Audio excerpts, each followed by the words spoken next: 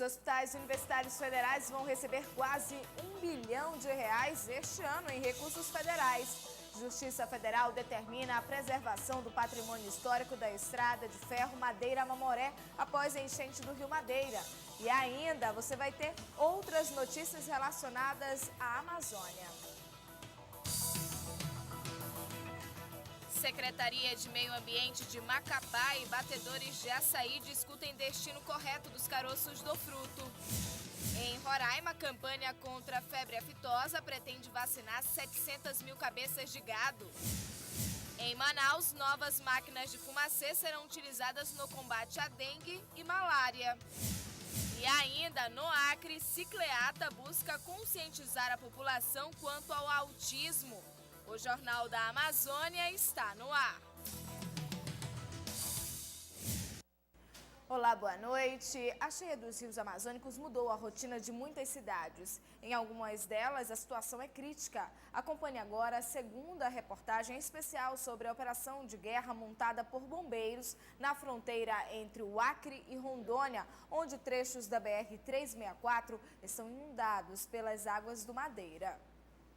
Depois de trafegar por quilômetros pela BR-364, chegamos à região de Velha Mutum, em Rondônia, onde caminhoneiros aguardam para passar nos trechos mais críticos da BR-364, que liga o estado rondoniense ao Acre. Para chegar ao segundo ponto de atracagem, seguimos viagem neste barco do Corpo de Bombeiros rumo ao trecho mais crítico da rodovia. Lado a lado com a estrada, o rio nos leva enquanto revela a dimensão da enchente. Navegamos por cima de cercas e ao lado de casas completamente tomadas pelas águas.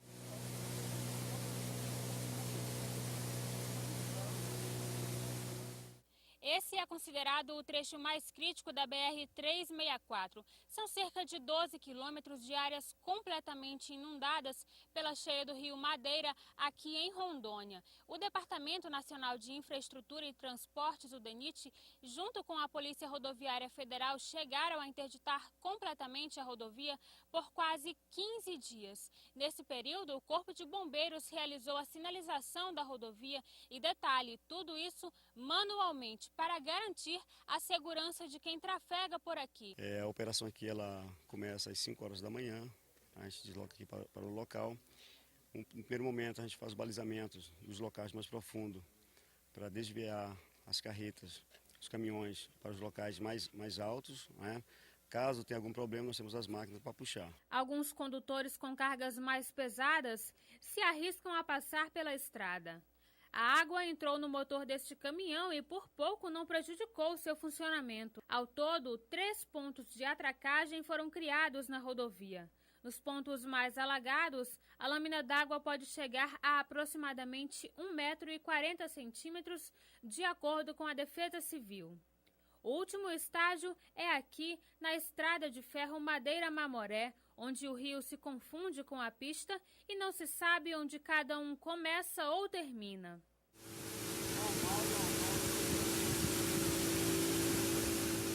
Cerca de 20 bombeiros trabalham em diferentes pontos da rodovia diariamente para garantir a passagem dos veículos de carga. Durante uma medição do nível das águas, este trator tentava rebocar um caminhão, mas sem sucesso. Apenas produtos essenciais ao estado do Acre, como alimentos, estão autorizados a seguir pela estrada. Cerca de 20 carretas passam por aqui todos os dias, mesmo correndo riscos. Mas o objetivo da operação montada ao longo da rodovia é garantir que, mesmo com as dificuldades, a população do Acre e de regiões também isoladas de Rondônia tenha produtos essenciais garantidos. Nossa meta era atingirmos 20 no mínimo, né? Mas a gente vai superar isso, nosso compromisso é com o povo acreano.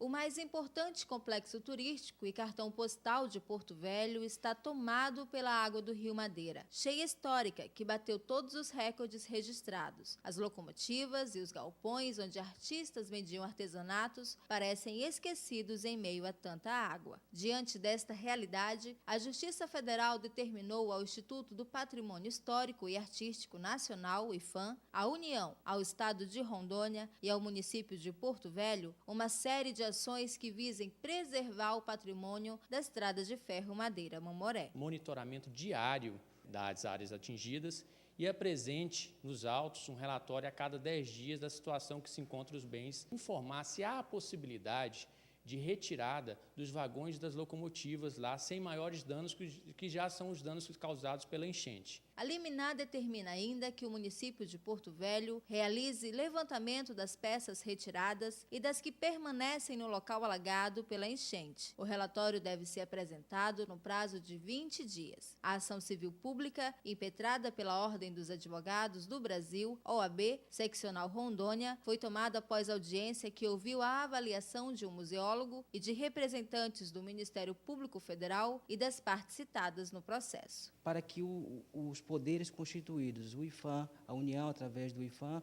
o Estado e o município promovam medidas assecuratórias à ideal preservação do patrimônio histórico e cultural da Estrada de Ferro Madeira Mamoré. Você acabou de conferir a matéria sobre a questão do nível do Rio Madeira ter apresentado redução de alguns centímetros, registrando aí 19 metros e 58 centímetros. Os transtornos foram sentidos tanto nos distritos de Rondônia como na capital. Alguns lugares, como você pôde ver na reportagem, enfrentam danos que serão irreparáveis, como é o caso da Estrada de Ferro Madeira Mamoré.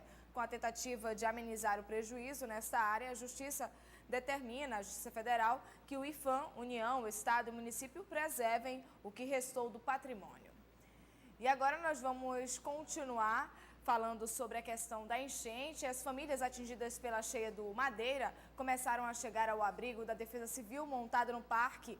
Isso você confere agora na reportagem. A primeira família veio de uma residência alagada no bairro Nacional, com a ajuda da Defesa Civil e do Exército. 3 caminhões auxiliaram na mudança que foi levada ao Parque dos Tanques na capital, local que hoje serve de abrigo para as famílias atingidas pela cheia. A família de Adriana foi a primeira a se instalar no abrigo. A cozinheira relembra a situação que deixou para trás. A água, que invadiu um pouco do quintal todinho, o poço que era no fundo, a água cobriu.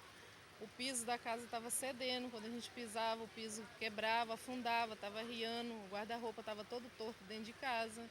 E a cerâmica, onde a gente pisa, ela está quebrando. E os bichos também, Cobra entrou dentro de casa, a aranha. Os trabalhos de limpeza continuam, principalmente na estrutura onde era a praça de alimentação das feiras agropecuárias. É aqui que vão funcionar também chuveiros, lavatórios e a área de lavar roupa. Em instantes, o IPE admite erro em pesquisa divulgada sobre as mulheres. Nós voltamos já já.